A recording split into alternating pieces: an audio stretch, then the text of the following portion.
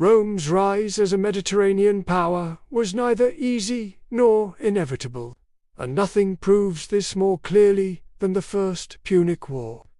A brutal 23-year struggle between Rome and Carthage that reshaped the ancient world forever. When the war began in 264 BC, Rome was a dominant land power with little naval experience, while Carthage ruled the seas through trade, wealth, and an unmatched navy. Early fighting centered on Sicily, where Rome slowly learned how to challenge Carthaginian strength, eventually building its first true fleet by copying captured enemy ships. Roman determination led to early naval victories, but these successes came at a terrible cost, as storms repeatedly destroyed entire fleets, killing tens of thousands of sailors and soldiers. Believing the war could be ended decisively, Rome launched a bold invasion of North Africa in 256 BC under the command of Marcus Atilius Regulus, whose army defeated Carthaginian forces near Aegates and advanced to the gates of Carthage itself. Yet Roman political traditions proved disastrous in long overseas warfare, as the Senate recalled troops and allowed experienced soldiers to return home, weakening the invasion force at a critical moment.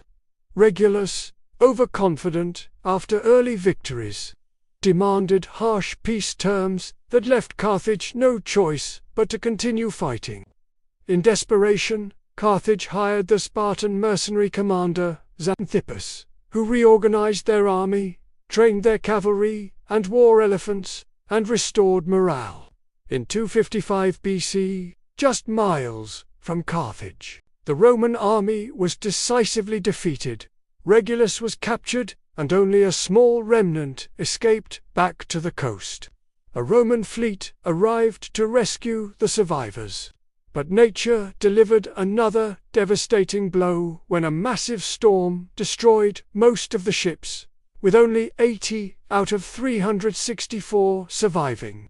Shaken by these losses, Rome temporarily abandoned plans to invade Africa and refocused on Sicily and naval warfare, rebuilding fleets again and again despite repeated disasters at sea.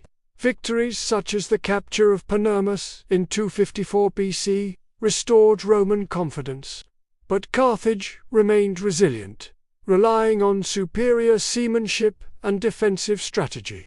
As the war dragged on, both sides were financially exhausted, yet Rome made one final gamble by constructing a new fleet funded by private citizens, determined to break Carthaginian supply lines once and for all.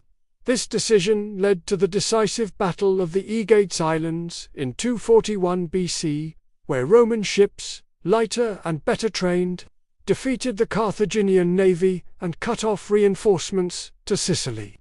Facing economic collapse and no hope of recovery, Carthage sued for peace, surrendering Sicily, paying a massive indemnity, and marking the end of the First Punic War. Rome emerged from the conflict as the dominant naval power of the Western Mediterranean, transformed from a regional land empire into a true imperial force.